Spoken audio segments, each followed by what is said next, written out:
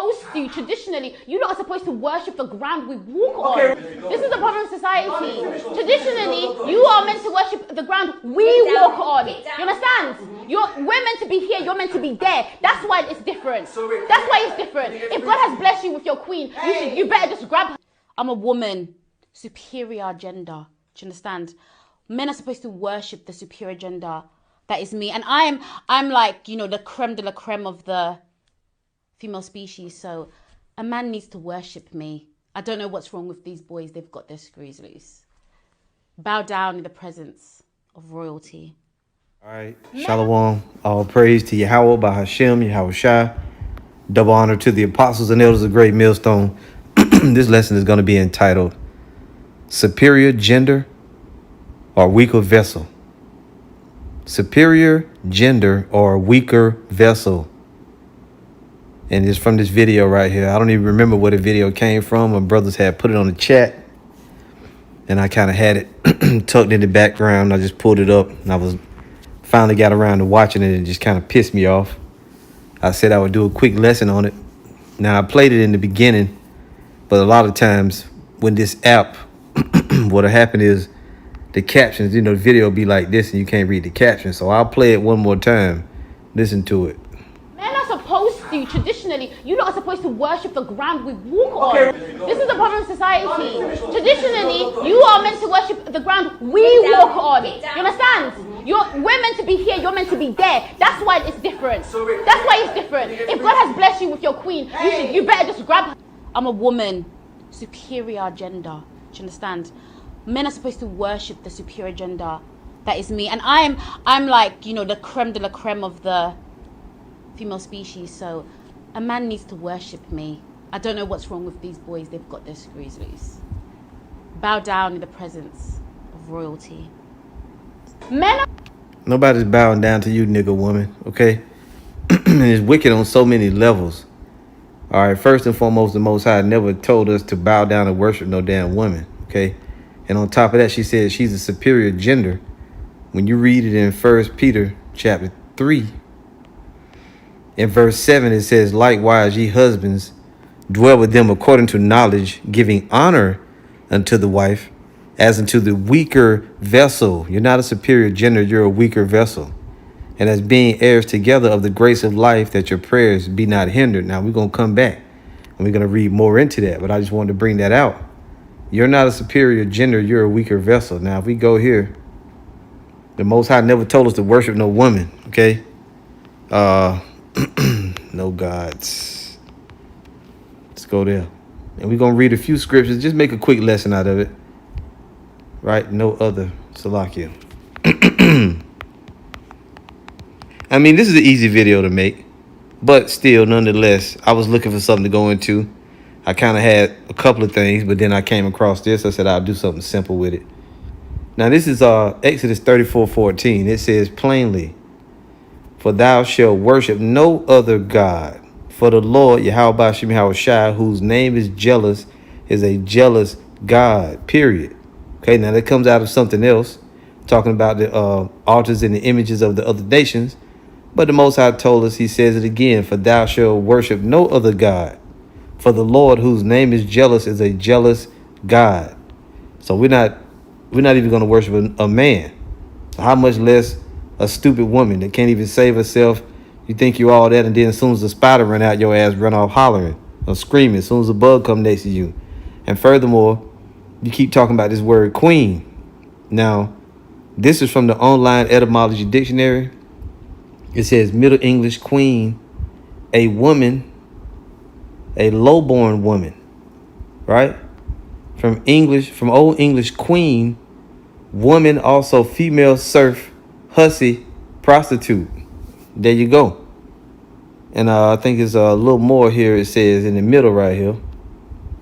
It says wife, woman, vain and worthless woman. So when you call yourself a queen, that's what you're calling yourself. A vain, worthless woman, a female serf, hussy, a prostitute. Now they do also have the updated version of what queen is. They have it here, trying to make it as she's some powerful ruler. But the bottom line is the Most High never set up the woman to lead or to rule. Okay? He never set up the woman to lead or to rule. As a matter of fact, it was said unto her that she would serve the man. This is Genesis 3:16. It says, unto the woman, this is when they got punished. Unto the woman, he said, I will greatly multiply thy sorrow and thy conception. And sorrow thou shalt bring forth children, and thy desire shall be to thy husband, and he shall rule over thee. You see? He shall rule over you. So the natural selection is the man is going to rule over you. Okay? Absolutely right. So yeah, we are to rule over you. We'll read it one more time. Genesis 3:16, unto the woman he said, I will greatly multiply thy sorrow and thy conception. In sorrow thou shalt bring forth children, and thy desire shall be to thy husband, and he shall rule over thee. Okay?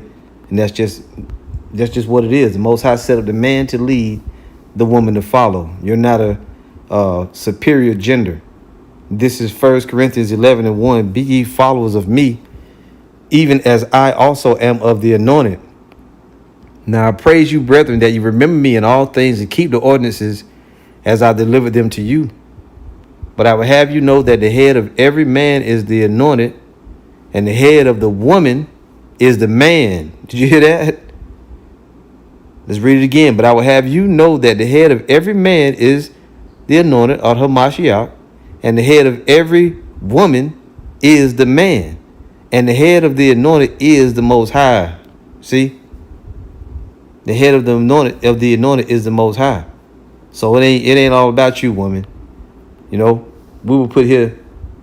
Damn it, and let's go back to that. We were put here to rule over you, not the other way around. And you got it twisted because all this American psychobabble wickedness is going on around here. But you know what? The Most High is shortly going to put you women back in your place, and you're going to be ruled over in the kingdom of heaven, and we don't give a shit if you get mad. Now, in verse 8, it goes on. It says, for the man is not of the woman, but the woman of the man. You came out of us. We didn't come out of you. Neither was the man created for the woman, but the woman for the man. Right. You see, the woman was created for the man.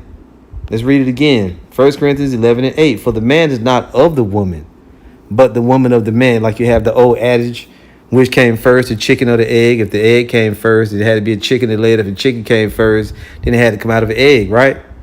But no, the chicken came first because the Most High created all the beasts, and they brought forth after their kind, right? Now here it says, for the man is not of the woman, but the woman of the man. The first man didn't come out of a woman. He was created. See, and he brought forth seed after his kind. Neither was the man created for the woman, but the woman for the man. As a matter of fact, after his, and when children spring forth, they spring forth from the loins of a man, even though they go through a woman, because men carry seed, not women. Women carry eggs. This is in the natural law of the Most High. Genesis 1:11. And the Most High said, let the earth bring forth grass, the herb yielding seed, and the tree yielding fruit whose seed was in itself after his kind. And the Most High saw that it was good. And the evening and the morning were the third day. You see, so the seed brings forth after his kind, right? That's also, and you can see it in everything else. Genesis 1:21. And the Most High created great whales and every living creature that moveth, which the waters brought forth abundantly after their kind, and every winged fowl after their kind, after his kind. And the Most High saw that it was good. So the natural selection is everyone brings forth after their kind. Okay? After their kind. Through the seed, though. Through the seed. Just like with the natural seeds. And I want to also get Genesis. Salakia. The text coming through kind of throwing me for a loop. Genesis. Again. Oh, you know what? Let's get help meet. You women will put her to serve us. We wouldn't put her to serve you. This is Genesis 2. And verse 18. And the Lord power said, it is not good that man should be alone. I will make an help meet for him. You will put here for us. See? You'll put here for us. And out of the ground, the Lord power formed every beast of the field. You know what? Let's actually read up here. Verse 18 again. And the Lord power said, it is not good that the man should be alone. I will make an help meet for him. You see it? The help meet was brought forth from him, whose name was Eve. Right? And we ain't gonna go all into it because I have to do a lot more explaining. I just want to hit this quick and get it out of the way. This is 1 Timothy 2:11. This is why you're told to be quiet. It says, let the woman learn in silence with all subjection. What does subjection mean? Under the rule of. But I suffer not a woman to teach. Who is the woman under the rule of? Under the rule of her husband. But I suffer not a woman to teach, nor to usurp authority over the man, but to be in silence. For Adam was first formed, then Eve. We were here before you. We're your Lord. You're a female version of us. We're not the male version of you. You're the female version of us. You see it? Adam was first formed, then Eve. And Adam was not deceived, but the woman being deceived was in the transgression originally. Notwithstanding, she shall be saved in childbearing if they continue in faith and charity and holiness with sobriety. You're not the straw that stirs the drink. The man is. This is 1 Peter 3 verse 1. Likewise, ye wives, be in subjection to your own husbands, that if any obey not the word, they also may without the word be won by the conversation of the wives. It's opening line. Ye wives, be in subjection under the rule of your own husbands. Let's see what it gives us for subjection. All that queen shit, and we should bow down and worship you. Worship you for what? Strong's G 5293. Hupatasso. Hupatasso. Hupatasso, right? It says, to arrange under, to subordinate, to subject, put in subjection, to subject oneself, obey, to submit to one's control, to yield to one's admonition or advice, to obey, be subject. You are subjects. We're like rulers over you. Not the other way around. And in this society, these women, they're off the hook, man. But you know what? The Most High is going to shortly correct all this madness, all this wickedness. And these women going to have their fucking mouths closed. Likewise, ye wives, be in subjection under the rule of, as a subordinate to your own husbands, that if any obey not the word, they also may without the word be won by the conversation of the wives, while they behold your chaste conversation coupled with fear. See it? Let's jump down a bit. We'll keep reading. Whose adorning, let it not be that adorning, that outward adorning of plaiting the hair and of wearing of gold or of putting on of apparel, but let it be the hidden man of the heart in that which is not corruptible, even the ornament of a meek and quiet spirit, which is in the sight of the Most High of great price. For after this manner, in the old time, the holy women also, who trusted in the Most High, adorned themselves, being in subjection unto their own husbands. See, things are going to go back to that natural way. Being in subjection unto their own husbands, even as Sarah obeyed Abraham, calling him Lord, whose daughters ye are, as long as ye do well and are not afraid with any amazement.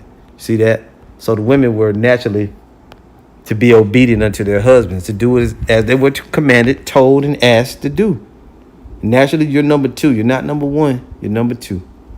Now, I want to read real quick here about this heathen queen. She bucked up against her husband. He was the king.